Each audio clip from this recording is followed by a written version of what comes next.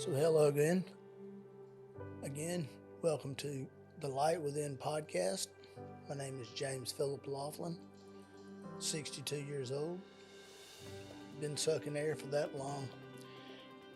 And the Light Within is a story from my birth to present day. How, as a dyslexic person, I survive through this world. Actually, I thrive through this world. When my light lights, you'll know it. And I know I'm way more effective if I'm in your presence. And if you see me walking down the road at a store, stop and say, hey, if you want a hug, I'll hug you. I come from a family of huggers. My mom hugged everybody. You left, she's going to hug you when you got there and when you left. And she's going to tell you she loved you. It didn't matter. She's going to make you tell her. And a lot of my genes, I'm sure, come from there because I love to hug people. And I don't think she died 2018, April the 8th. And I don't know that she could have survived through COVID because she's going to hug you, man, whether you got the COVID or not. And she's going to tell you how to fix it. If my mama would still been living, well, she'd have just simply fixed COVID. That's the kind of person she was. She had every medical book you could imagine. She loved to read. And and again, I got this from her, the applicability. To take an ability that you learn with me, I do it verbally, sight, and apply it to yourself. Most people can't do that. They just simply think that they can't do things that other people can, only because they don't try. Getting up every day and applying things to yourself. And of course, the one you're going to hear and get sick of me saying is yourself. You got to start with that I love me every single day. Practice in the mirror. If you don't like the way you look, don't do it in the mirror. Just do it in your everyday. Put it in your prayers. Try, change. And if you don't like this, please, warning, this could make you a positive person. This could actually make you hug somebody. And you probably think you would never hug somebody you don't know. Well, if you watch me and you listen to me, I'm infectious. Thank you. Because love, once starting to love self, it's contagious. It simply becomes something every day in your life that you want to tell somebody. Because as we are mirroring each other, and you tell somebody that, sometimes they'll tell it back. Most of the time. There's a few that don't. But just keep telling them. Because eventually, they're going to realize somebody else loves them. Wow, maybe I'm worth loving. Well, when you start with yourself, it's easier for everybody else to love you. And to me, it's a normal, everyday thing. Being dyslexic was harder, and I had to kill people with kindness all the time. You insult me, it don't bother me. I love you anyway. I'm going to still pray for you. Again, how I got here in 1989, I started the prayer, no hate in my heart for no human whatsoever. I did my prayer and asked him to send me Jesus. Wow. Of course, from the second podcast, and this is podcast 3, I apologize. Part 3, we's rookies. You got to love us. We're Southern. And we don't mind talking. We don't mind talking about anything. my nephew, I'd send him the link to my first podcast. Today's the 29th of March. And I sent out my first podcast. And I hadn't sent it to nobody, but I sent it to my nephew. And he texted me back. And so I called him. And he's like, wow, man, I never thought you'd put yourself out there. I'm like, daggone, Bubba. I do this in my everyday life. I do this to everybody I meet. When I'm poured towards you, and you stop and talk to me, well, you gonna hear everything. I don't shy up. He's like, wow. He couldn't imagine putting himself out here. But that's okay. That's his. He's got to get through his own anxieties. And let's go to anxieties. To me, anxieties is nothing but emotions. And I'm going to try to teach you. I'm going to beat you to death with this one. You got to separate yourself from your emotions. As a practice, keep them 300 foot away from you. Wave at them. Know they're there. When you want some emotion, go to them. And you need to do this for years. Now, every now and then, you want to bring an emotion back over and have a good cry, a happy cry, sad cry, whatever. But when you're finished, you need to put them emotions 300 foot away from you. Because once you keep doing this, you will not allow, so someone rushes up to you and they're in your face. Most people their emotions just go, ah. No. Because your emotions are going to be 300 foot away from you. So that when you make a decision without them emotions, it's going to be, I believe, to be the best way to process that information. We'll take the UFC guys. I guarantee you, all of them know this practice. Because what they have to go through and fight each other is to separate yourself from the emotion. And let's take this case. I'm watching McGregor with Habib, and the feud back and forth where he insulted Habib and Allah, which I thought was ridiculous, because with me, the UFC, and the reason I watch it, it ain't about the fighting. It's discipline. And with discipline, as they finish their fight, they're not angry at each other. And I respect that, man. I respect that a lot. You don't insult your opponent. You don't put him down. When the fight is over, the fight is over. Well, of course, McGregor couldn't keep his mouth shut during the beginning, the hype. But Habib and a Muslim with Allah, you don't insult him. And it was too much for him. It pushed him past the brink, which I believe to be a great man and a great fighter. He proved himself. McGregor, I'm Irish, Scot, Norwegian, Cherokee, Little Asian, German, Jew, English. Well, a lot of Irish, like old Big Mouth McGregor. And not an insult to you, McGregor. You know, you love to yak, yak, yak. I'm the same. We come from the same place, the babblers, the wee people from the coast. But he insulted him, which shouldn't. The owner of the UFC never should let it happen. Start with respect, and you'll end with respect. So just respect each other for their religions. And as a UFC guy, wow, as a discipline into your art,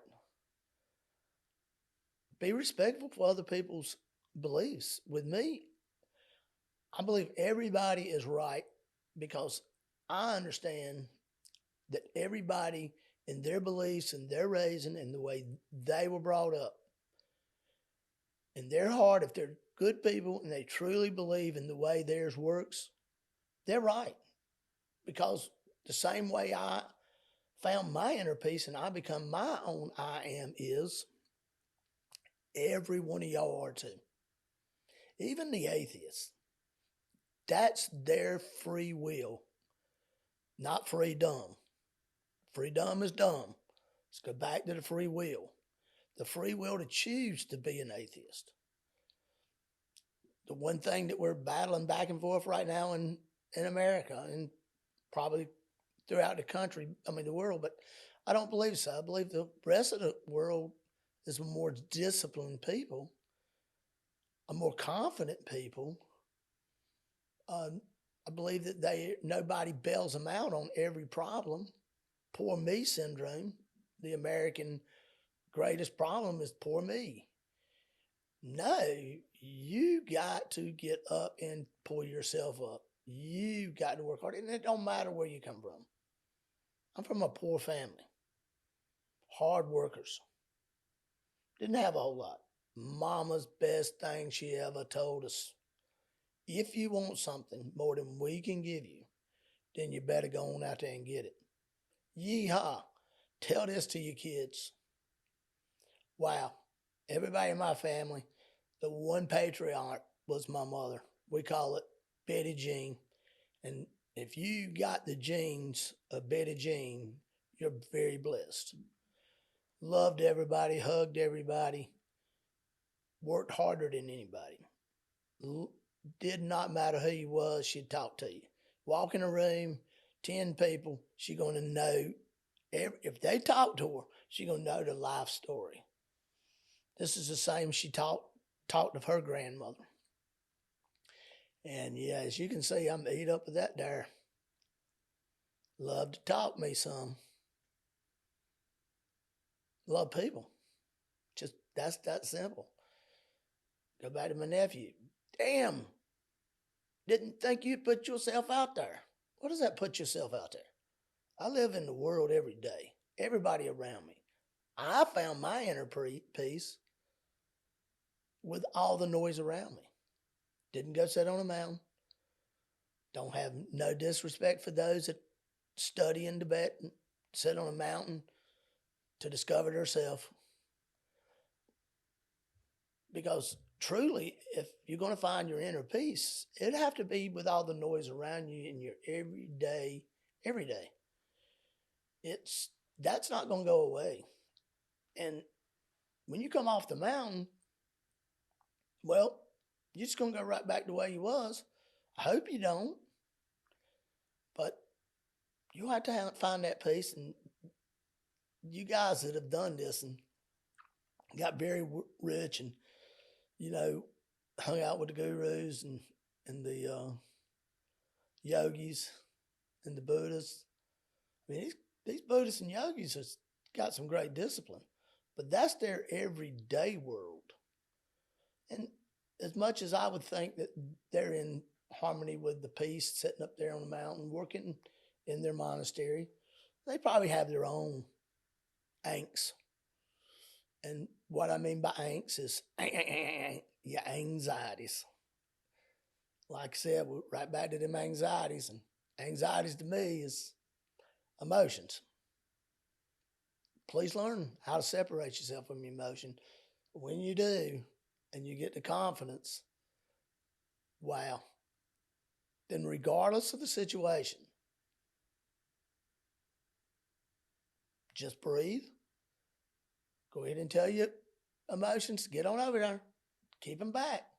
You know they want to run up on you. Don't let them. And if you do this, and you practice this every day, it will happen. It's simply how I built my reality to survive as a dyslexic person in this world. Is my thoughts, the way I need this world to run for me. I simply realized why we have AI and computers and this ability for me to do this. Wow, I'm a dyslexic person. Don't read and write. I had some help from my tech guy. He works for me. And with my technical side, there again, don't read and spell really good. This technology things is great as long as I can talk to it. So I'm excited. I want me a computer or robot that I can talk to. Um, because that's what I needed to survive, is one that I could talk to like this. Everybody's always told me I needed to write a book. So this is my version of my book. This is the book of James Phillip. Everybody, believe it or not, is a book of themselves. So the living book, and hey, I'm not beating the Bible down. Believe it or not, that was the living book of the people that wrote that book for their God. Whether it's Jesus, the divine, Holy Spirit, I am, Jehovah, Allah, any of these, because they all go to the same thing. Respect other people's as me. I've read the Bible. It's been read to me 3 times when I was young. I actually was preaching with the Bible in school by the time I was 10, 11. Man, I was fired up. Wow. People tell me today, as they hear this all the time, if you're around me, you may go the other way, because I don't never stop talking. And I basically understand that those that do that, it hurts. It hurts to hear the truth. And they don't want to be faced with it, with the reality of aging, with spirit. With me, the spirit world is the same as you. There's no difference. So I explain it to some people as the cabal. And a cabal, to me, is a physical side that you can see 50% of, and the other 50% of that cabal you can't see, the deep state, the hidden stuff, the secret things. Well, simple people, we are the cabal. Each one of us has this.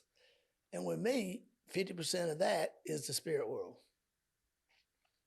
So with me, it runs all the time. I was told by a friend that I go to the beach with, her and her husband, great people. They served our in our military.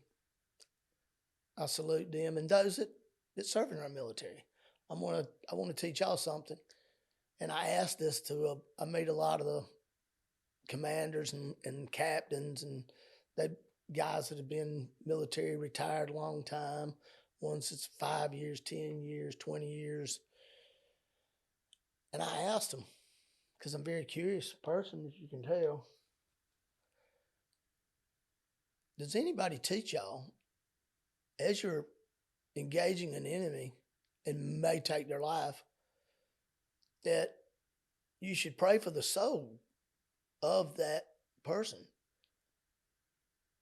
In my reality, and the way the spirit world teaches me, is that I'm being attacked or I have to fight. I'm okay with the taking of the life. That's easy. But then you got to realize that that's a soul there. Regardless of what you think about it, you don't know them, it don't matter. Yeah, it does matter. It matters because you should pray for the soul in the spirit world, regardless of their religion. You should do this for you, and not for your religion, for your spirit of yourself. Because these are the things that give you the angst, the anxieties, which causes the floods of emotion every day. Everything is you. I watched a movie a long time ago. It was Mickey Rourke, and you could probably find it. He was a detective in Louisiana, and he's chasing a killer and serial killer or something, and a real vicious murder, kind of a satanic thing. And what he come to realize, that he was chasing himself. So that's what I'm trying to tell you guys, that you're actually get it yourself, because you're everything apart about you. And I'm gonna split again the cabal, the physical and spiritual. That, yeah, everybody's man that's religious considers herself spiritual. And when you do this and you only give it to that, well, you're forgetting about the other half. And that would be the mothership you're riding on. People call it Ghana, I believe Ghana, and which is fueled by the sun and rocked by the moon. This is simply three different entities that love each other so much that they work together in unison to grow things in this reality, because we're nothing. We're not nothing. We're all things. But all things is the acorn that drops, the corn stalk that grows up. That's you. When you consume something, it becomes a part of you. I think I told y'all this in my second part 2 of my podcast, is that when I fall over, so I plan on working another 62 years. I dedicate myself to podcast in the pursuit of the happiness, or that's my happiness, because I can't give anybody anything. I'm only telling you how I operate in this reality, and how every day, it don't matter who's around me, if I'm in the grocery store, or if I'm at the hardware store, or if I'm talking to somebody at the gas station, because I talk to everybody. I try to help everybody. I was just at Home Depot, and we'd finished up, and there was several people around me, and a couple of the guys were talking to me, and I was telling them about this, and they're excited. Of course, everybody's scared to put themselves out there, but I'm going to tell you, my Home Depot, wow, great people, but I've been going in that since they opened it. They were first to come to my town, between Lowe's and Home Depot. And shout out to Lowe's. I do frequent it. Home Depot was there first, and very familiar with the store. I tell people it's funny when I'm there, the people that work there, that's my store, and they're my employees, and that's my warehouse. And if I see something wrong, I help. If I'm walking by somebody, they're waiting to help somebody to help them put something in their car, I'm gonna stop and help. That's just the way I am. I can't help myself. Through COVID, I held the door, said excuse me. There's a lot of people rude to me, but I don't care, because I'm gonna love them anyway. I pray for them every day. No hate in my heart for no human whatsoever, past, present, or future. The same prayer. And send me Jesus. And that he did. I explained in part 2. We will have another one where I teach of the second year after the year of 3 angels, the following year, and just a short thing on that. I told the Father I was greedy and selfish, and he had spoiled me that year, 2015, with 3 angels, and Jesus happened to be the third. Man, wow. So I said, but if it's really true, I'm greedy. I'm expecting 3 for the next year. And wow. I'll share that with you on part 4. So as I'm telling you, everybody has their abilities, but you'll have to reach in there and start telling yourself, and get rid of the hate. Put it in your prayers, and that's all humans, past, present, and future. And when you do this, this takes care of the spirit world too. So we're in a great state of coming and going. And what I mean by that, the statistic is 1 million people a minute in the world die. A little more than that are being born. So with the way I pray, whether you're coming and going, past, present, and the future, well, I got me covered on loving you. So there was a guy in my state. I'm in North Carolina, and he was on television, and they interviewed him. He said, "Why can't we just have one president that loves everybody?" So with me, I figured there's nothing I can't do. I ain't scared of anything. Don't bother me to talk. Damn good communicator, I think, I hope. And if you think so, give me a comment back. And if you like me, a thumbs up, share me. I'm contagious. So you have this every day. And as you walk around, slow down a little bit. I think COVID, man, wow. COVID was a teacher. And what COVID taught was, slow down a little bit. And it was terrible that, they made businesses stop. And it was. But I know that stress and taxing somebody makes you a stronger human, makes your brain work better. So in knowing this, and then with my information to help you to separate yourself from your emotions, to love yourself, to take the hate out of your heart. It just kills me when people are religious and still find a way to hate somebody because they're different. Because that isn't my religion, is Jesus. I'm not a Christian because that wasn't his last name. That was the name of me, I believe, Lord Krishna, which was a great Hindu god. Vishnu taught Krishna. I believe Krishna taught the yogis taught Jesus and Buddha at the same time. Wow. And he went into Egypt and he studied with Tho. He studied with the holy men of Tho. And there was 3 brothers. And Tho said, his brother said, worship them. But Tho said, no, don't worship me. Here's my knowledge. Here's my words. And he put his words down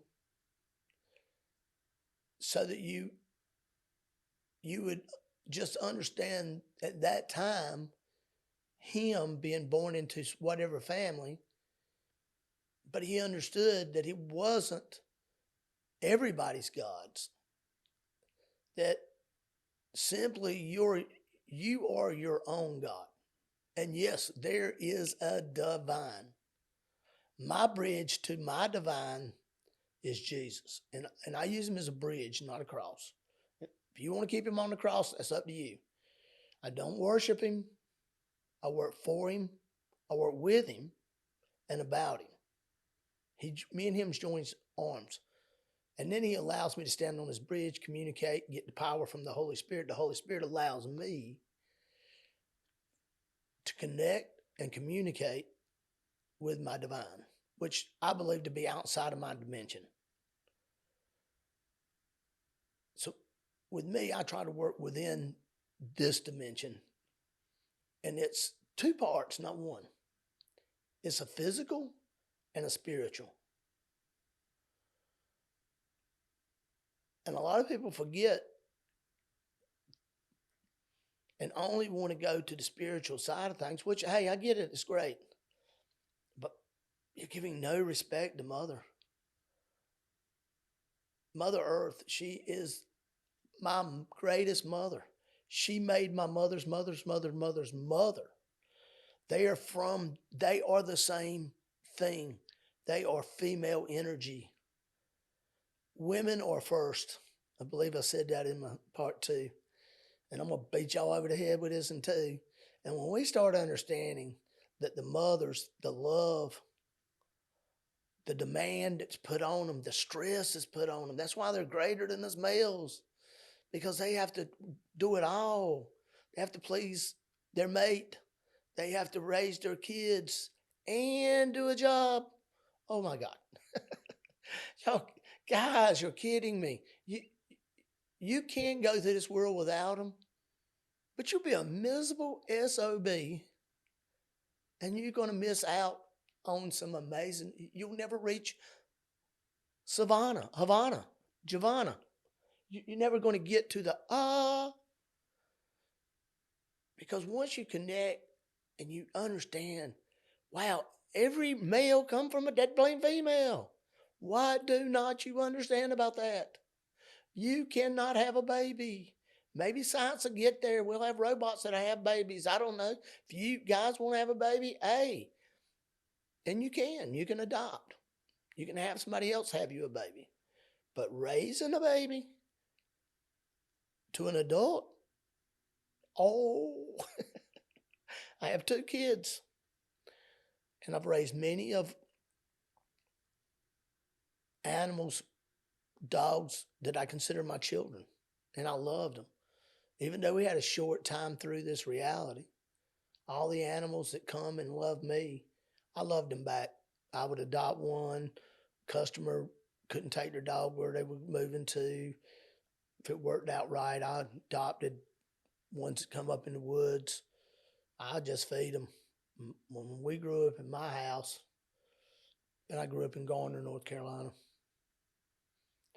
and didn't matter who you brought home with you. Well, we all eat. And when I was at their house, well, that's just the way we rolled. We just shared with each other. Didn't matter who you was with. Everybody loved my mom. And she was the coolest. My dad was a trucker. And he would leave Friday. He would come home on Friday evening or Friday during the day, midday. And he would leave Sunday night. And he'd truck during the week. And but when he was home, you had to eat what he said. Pretty much do what he said. And we were pretty much scared of him. Because he would whoop your ass. And of course, I'm sure we deserved a lot of it. And of course, I know you guys are the same way. All the whoopings y'all got, you probably deserved. So, but when my dad would leave on Sunday night, my mom would go, whew, damn glad he's gone. What y'all want to eat? She was a short order cook. When he was there, you had to eat what he wanted, and that was it. Man, but that was cool. That was short-lived. That was 3 days at the most. So, Mom kind of liked it. We all got a little bit of freedom to ourselves, I reckon. And as you're growing and you're learning your independence and your confidence. And when I found my confidence, whew, man, you can believe one thing. When I figured out people would pay me to work, didn't matter what it was. I worked. I worked on farms. I love to go work, and I like getting paid. And every farmer I ever worked for, I tried my best. And I started working priming tobacco when I was 11. A little short, fat thing. I want the fastest. But I was there any day they needed me to be there. The rest of them was a little older, and they make up some money and party and would never be reliable. Me, man, I loved it. By the time I was 12, 13, 14, it didn't matter what part of that farm they put me on. If it was priming, if it was running the looper, and that's a sewing machine. You guys that don't know what a looper is. So it's basically priming up, sewing the tobacco and on a stick, and we hand it up into a barn. And I loved it. I ate it. Man, couldn't get enough of it. But man, I didn't like me no cigarettes. Didn't like to smoke them. And anybody that did, I would just simply, and I do all to today, I bitch and moan and complain. And and it's pretty cool to see people not smoking as much. And it was funny. There's a podcast I was watching, and they'd said, less. It's probably a commercial. Less people smoke, less teenagers smoke than what was in my generation and earlier. But they forgot to say how much vape they do. It's the same thing. I mean, it's the nicotine. At least they're getting away from the tar, and I can appreciate that. And but I thought many a day on tobacco. And wow, what a negative to the world. A lot of people love it. I mean, they can't. They just cannot simply once they use it, they're done. You'll never stop. But so with me, I mean, I work on that thing, and I thought that thing, and I rolled that around in my head. What? I know there's one protein that's good, but I've often thought, well, what else good would tobacco have on the earth? And it finally dawned on me why it's got so much tar in it. Because it simply is a vacuum, a sponge for the carbon in the air. It loves some carbon. Can't you tell? It turns to a tar, and then you put that smoke in your lungs, and you sure enough got some tarry lungs. But I thought to myself, well, dang, we could probably take tobacco, leave it in the field, let it suck all the carbon it can get up, and then simply dist it back into the dirt. And let nature take care of it, which she has no problem doing. Mother Earth itself has her own abilities to take care of, grind up, chew up, turn into molten rock, lava, times and civilizations and things that's been here for billions of years, and it was changed to molten rock. Mountains go up, valleys go down, water cuts through them. This earth changed and changed and changed. Time stands still. Change is what we experience, because you got to realize, time you started sucking air, you've been a non-stop change. From your birth to your death is a constant. With me, I think the number 9 is the change. So we completely change from 9. At 9 we change, then 18 we change, 27 we go on and on. Every 9 years, the human body physically changes everything, and it's a growth. It's a process of aging. But what I do for myself is and you can call me a simpleton. I think on simple terms. It won't offend me. You can call me anything you want. I'm going to still love you. I'm going to still pray for you every single day, past, present, and future. And I do not use a religion, and I have no problem with religions. If you're happy with your religion and the way they teach you how to get to the divine, whether it be Christianity, whether it be the Mormons have a little different version, whether it be the holiness or I could go on and on with the Christians. They have just a massive amount of different combinations, and mine no different. But I love Hindus. I love Muslims. I love Asians. I love Africans that practice voodoo. Voodoo was the religion of Africa. So each person to theirself. That don't mean you have to hate them or damn them. The joke is, well, you don't believe like me, you're going to go to hell. I'm going to go and tell you where hell and heaven is. With me, I'm not going to heaven. I became heaven. This reality can be all those things. What controls you in this reality will control you in the next reality. The spirit world, Jesus, Holy Spirit, the divine, constantly tell me this. As a child, I was young. I'd got really sick. And before that, I'd got where I just didn't love this world. Didn't love humans. Mean.